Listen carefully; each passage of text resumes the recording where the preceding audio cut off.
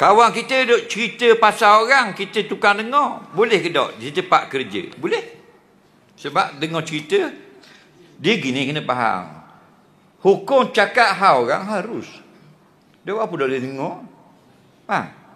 Cakap hal orang harus. Cakap hal bini orang harus. Cakap hal benda ni. Hal natu orang harus. Yang haram cakap hak uduh. Faham lagi? Hak dak molek. Kalau hal bini orang, hak molek, boleh tak dengar? Boleh tak cakap? Boleh.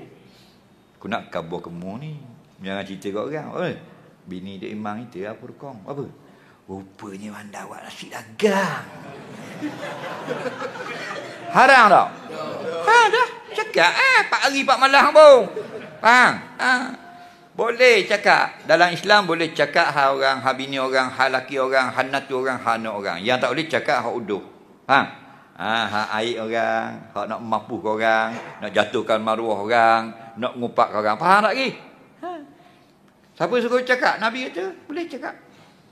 Man kana yu'minu billahi wal yawmil akhir falyakul khaira. Siapa beriman dengan Allah, beriman hari kiamat, cakap Tapi hak molek-molek. Faham tak? Jadi boleh cakap. Tapi kalau hak mengupak, hak huduh-huduh orang, hak aib orang, orang yang pergi dengar, dia ada 2. Satu sami', satu mustami'. Kalau sami' harus. Yang haram, mustami'. Ada beza tak sami' dengan mustami'? Sami' dengan mustami' benda beza.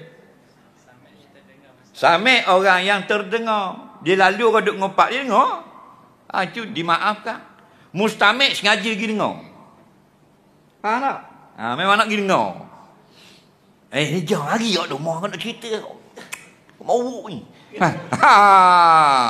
Nampak tak? Kena takat basah ni. Tu Imam. Faham? Kita pergi rumah nak dengar cerita. Faham? Nak dengar cerita buruk orang, dia usaha supaya dapat dengar.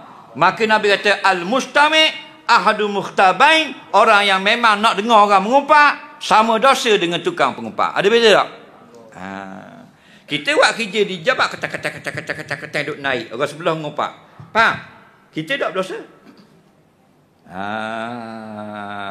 Yang dosa, dengar seorang. Itu baru mustami'. Orang yang ingin mendengar. Faham tak lagi?